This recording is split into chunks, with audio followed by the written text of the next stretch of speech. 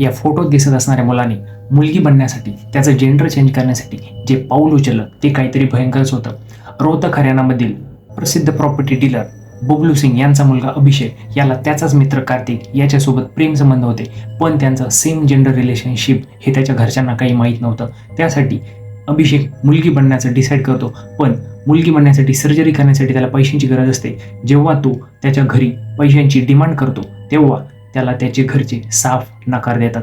याचाच राग डोक्यात घेऊन अभिषेक ऑगस्ट 2021 मध्ये आपल्या वडिलांची बंदूक घेऊन आपली आजी, आपली आई, आपली सख्खी बहीण आणि वडील बबलू मलिक यांचा खून करतो आणि घरातील काही दागिने घेऊन तो हॉटेलमध्ये कार्तिक सोबत फरार होतो आणि नातेवाईकांसमोर, पोलिसांसमोर तो असं दाखवतो की घरात कोणीतरी चोरी करण्यासाठी शिरलं आणि सर्व घरच्यांना मारून टाकले.